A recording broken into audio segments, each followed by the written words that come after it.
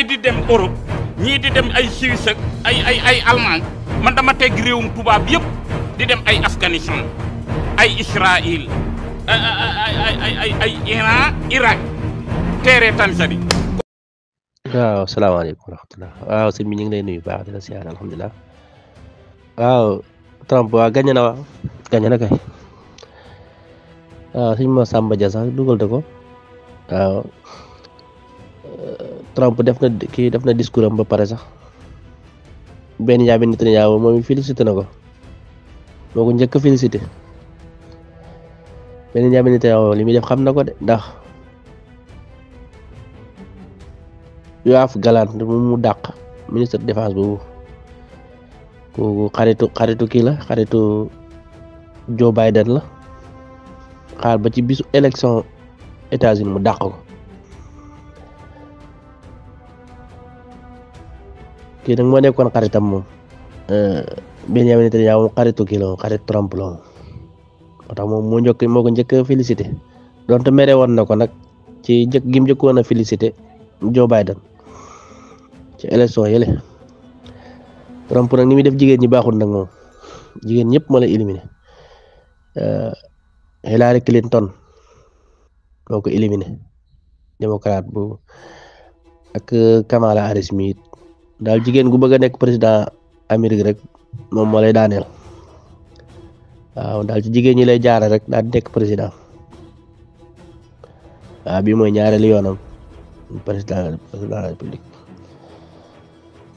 def na discours am ba noppi daal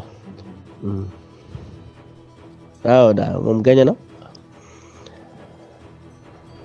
Kamala Harris mënu koo dab ndax instant yi lim am rek 267 kay am 224 mënu koo dab te ñetti voix rek caméra mu mat sëkk te journal yi ñu génne yëpp mooy gañe na rek gañe na 270 la soxla te am na lu ëpp loolu ndax 270 voix boo ko amee rek gañe nga ndax États-Unis élection États-Unis daa xaw a doy waar loolu tax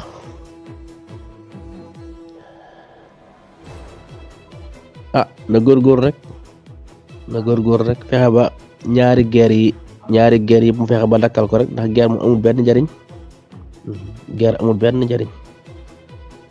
guerre moom defuru day yàq dong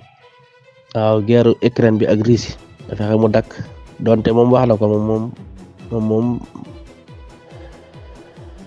nee na moom bu faloo dana fexe ba ñaari guerre yi dana jeex xaw ma nag dana kon lim wax dana ko defam déet ak guerru Palestine bi ak Israël ak Liban waaw guerre yi daal na fexe mu jeex rek mu ëpp njëriñ waaw xam naa nag jullit ñi ak arab yi moom daa mel ni dañoo sanctionné Joe Biden xam naa mere Joe Biden nag dañ koo sottil Kamala Harris loolu nag ci la bokk ndax Trump lañ wateel ay jullit ñi maanaam américain yi nga xam ne ay jullit lañ ak arab Trump lañ wateeluñ Kamala Harris loolu nag xam naa li tax Kamala Harris gën a ñàkk nag ci la bokk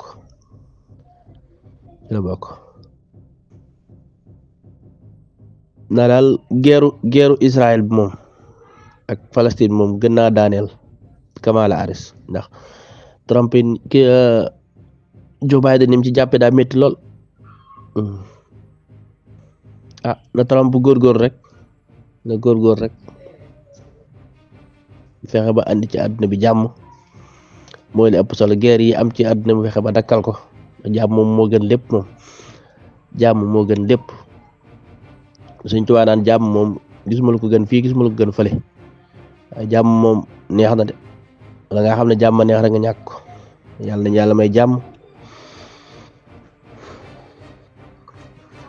xam naa États-Unis daal moom pareegut moom ngir jigéen jiite ko la ma bindoon ci fajar noonu rek États-Unis pareegut pour jigéen jiite ko ndax man ci guddi rek ma gisee résultat yi commencé Trump am 19 Kamala Harris am 3 daa ne résultat yi fii mu jëm baaxut de da nga xam ne États-Unis ñoo pareegut pour fal jigéen donte Kamala Harris nag cosaanam nit ku ñuul la comme Barack Obama cosaanam nit ku ñuul la Kamala Harris noonu la cosaanam nit ku ñuul la waaye ñoom xëy na ñooy xool fi intérêt Amérique nekk ñu jaare fa ñu fal ko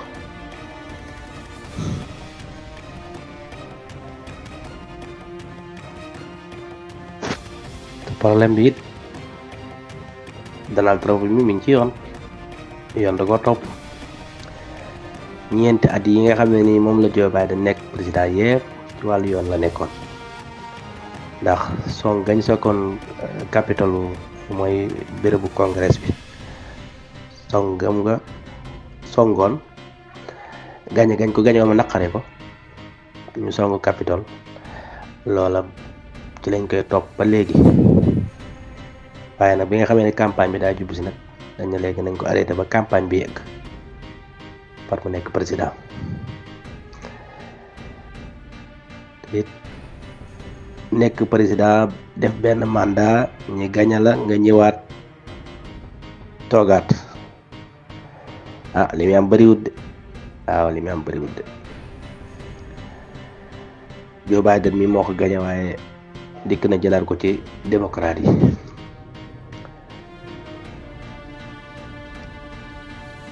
na góorgóorlu rek